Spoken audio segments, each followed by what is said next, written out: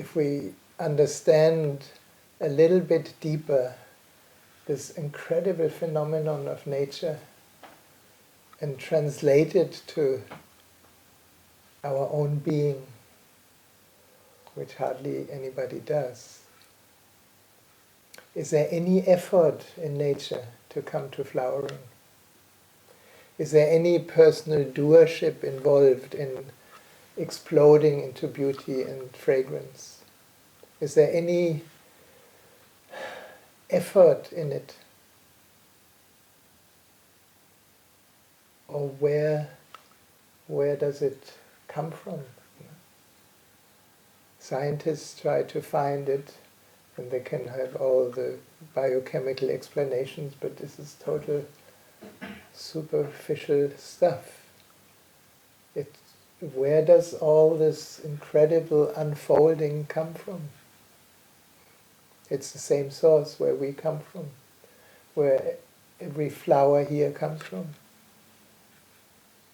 And just to, if we let nature at this time of the year allow to be a mirror for our own being, it will stay a mystery, it will stay completely unknown. But we all were, for at least 9 months, we all were part of this incredible, effortless unfolding where this amazing body just developed by itself. You were not needed there. Have you ever thought about it? No? Your parents were needed to make love, yes. But then everything happens out of this, out of the Tao, out of this unspeakable, unknown, essential, whatever you call it. You can call it God. That's what many religions do. But then they externalize that creative force as some outside thing or figure to pray to. But it's inside, it's the source of everything. So we all have this experience, from the moment we were conceived,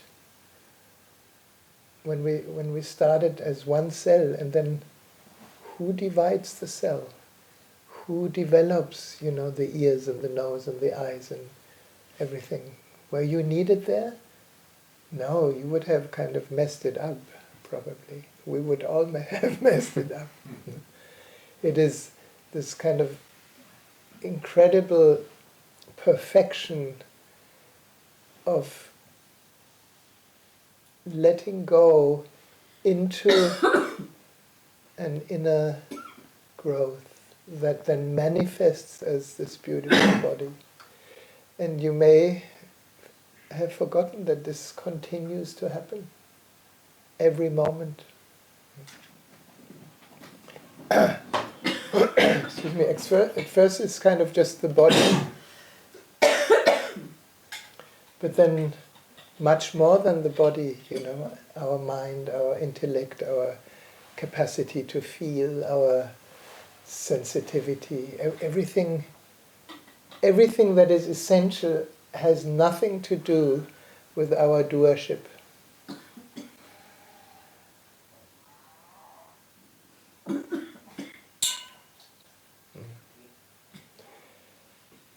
And if we understand this a little bit deeper, then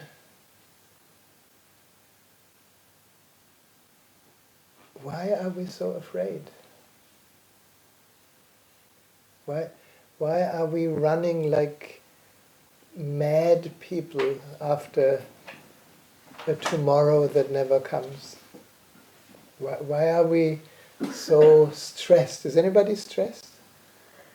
Yeah? Have you ever asked yourself? I mean, of course, I'm not talking about you and me, we're all in the same boat. what is it that creates this madness that goes more and more in humanity, where the becoming later gets more important than the being now?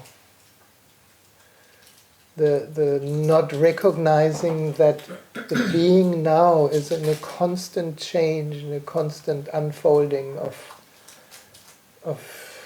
beauty, of grace, of love, of presence, of gifts. It's a strange setup that the mind, the egoic idea of me, begins to claim nature and creates a division and says, this is me and this is you, and I need to win over you, and otherwise I will not survive. Is that complete madness? Can you imagine? I mean, if these flowers start competing with each other, which one is more beautiful? Which one needs to win the attention so that it gets picked? It would be complete madness. And it's happening all the time, everywhere. And so, I mean, at least in my view, satsang is kind of just to turn the focus back into what is really essential. And there's not much left of what is essential. All our becoming, all our fears of being someone, of getting somewhere, of being successful, of whatever we are afraid of not to be, of not having enough money, for example. We are living in a society, thanks God, at least everyone here, that has enough to clothe himself or herself, that has enough to have a shelter, that has enough to eat. It's a super luxury we live in. And yet, I was in Germany, and every day more than 10,000 refugees were pouring into Germany. And you can see them everywhere. And they're, in Munich, they are camping on the street. In Oslo, I was in Norway. In Oslo, you see 3 refugees and 1 Norwegian.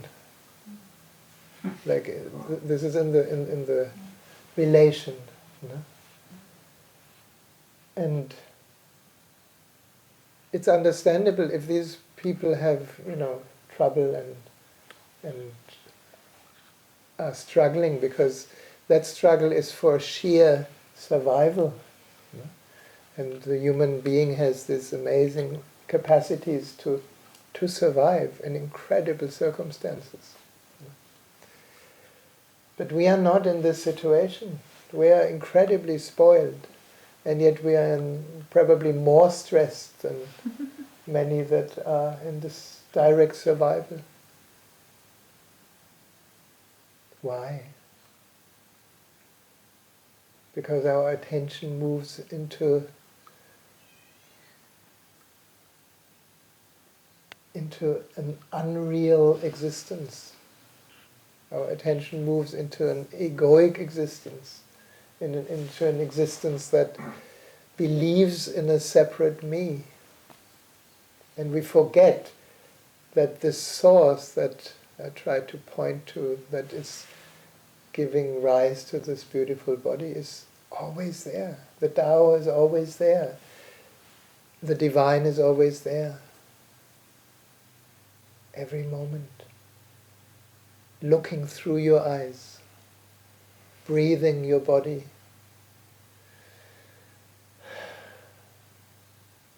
experiencing itself through the senses. It's all there.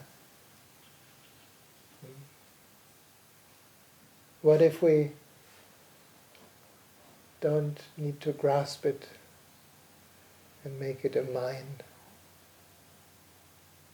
Then all we can kind of do is bow down in gratitude about this moment. That That this moment life sustains us. And so many moments, I mean, depending on how young or old you are, so many moments. So this was an introductory talk to an Arasoma quintessence. For those of you who are new here, my beloved Nura, she was kind of one of the first teachers of Arasoma, which is a beautiful color care system that works with the reflection through color so that we can know ourselves through color. And it has different products, and one is the pomanders, these little bottles underneath, and one is the quintessences. And tonight I want to share with you a beautiful quintessence which kind of points towards that invisible divinity within. It's called Pallas Athene. And Athene, you may have, comes from Athens. So Athene is the goddess of the temple of Athens. Like Pallas Athene is kind of that quality within us that recognizes the sacred